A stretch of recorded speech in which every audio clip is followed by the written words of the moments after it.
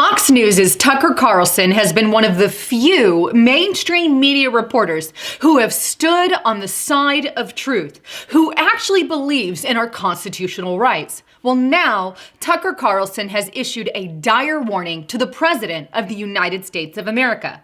But before I show you that, just a quick break. It's the year 2019, and if you're not already using a VPN on your mobile, tablet, or desktop when you surf the internet, then you are really exposing yourself to a lot of potential danger. You, at some point in your online career, have heard of a VPN. But just what is a VPN? A VPN is a virtual private network. It allows you to create a secure connection to another network over the internet. VPNs can be used to access region-restricted websites. Not only that, but they can keep your personal data, your browsing data, away from prying eyes, even when you're on a public Wi-Fi. Here's how easy it is to sign up. Right now, go to hidewithlisa.com. Go there and click Get This Exclusive Deal to start your 30-day free trial at 2% off using my link. Click Protect Yourself if you have 3 or less devices. If you have over 3 mobile devices or computers, then click Protect Your Family. Then you're going to want to select the number of months that you want. I suggest 24 months, and then you can choose any add-ins you want to add. Now that you're connected, what has changed on your computer? Well, here, I'll give you an example. On the screen, you see an IP address. This is my IP address before I had Virtual Shield. Now that I have Virtual Shield, this is what my IP address looks like. Notice that they're different. One gives a location in California, while the other gives the actual location to where I'm at.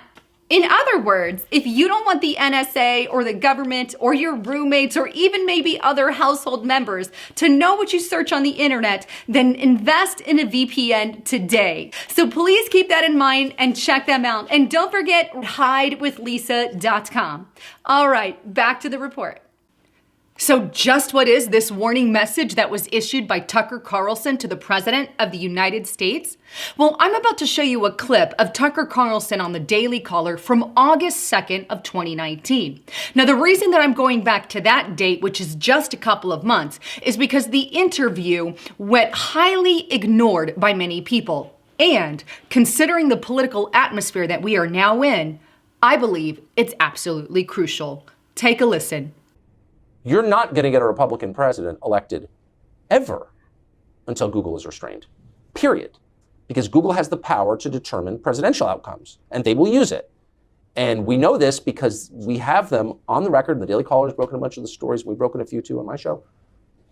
They are a political organization that seeks specific political ends. They've tried to do it before. We also know, because there's a lot of research on this, that manipulating search results in Google and on other social media platforms, Instagram, Facebook, for example, affects vote tallies, affects outcomes. So if you were to monkey with the algorithm, which is a black box and we have no idea what's in it, we have no idea what the criteria are for search, you can get someone elected or someone defeated. You just move down some results, elevate other results, and that has a tangible effect on who wins. Mm-hmm. The bottom line is, if you're Donald Trump, you're not getting reelected unless you restrain Google. You are not getting reelected unless you restrain Google. Do you think that Donald Trump does get reelected? Not with Google. No, I don't. Because look, the most powerful sector of our society is the tech sector. I mean, there's really no kind of comparison to that. What people think is determined by what they see and read. And what they see and read is wholly determined, with the exception of cable news, by a handful of tech companies, all of whom are politically active against Trump, and they mean it. Tucker Carlson makes it very clear in this report that if the President of the United States does not restrain Google and break up their illegal monopoly, then no other Republican will ever get voted into office, including the President himself. Now do you see why I believe this is a critical message for everyone to hear?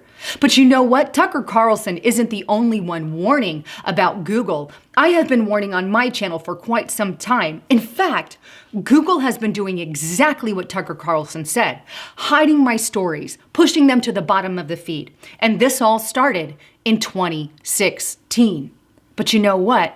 He's not the only one sounding alarm. In fact, I reported on Dr. Epstein, a scientist, a Democrat, who actually went to Congress and told them about the corruption and the election meddling by Google. Take a listen. Number one, in 2016, Google's search algorithm likely impacted undecided voters in a way that shifted at least 2.6 million votes to Hillary Clinton, whom I supported. I know this because I preserved more than 13,000 election-related searches prior to Election Day, and Google's search results were significantly biased in favor of Secretary Clinton.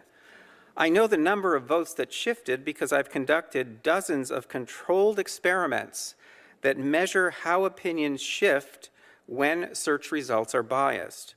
Biased search results can easily produce shifts in the opinions and voting preferences of undecided voters by up to 80% in some demographic groups because people blindly trust high-ranking search results over lower ones.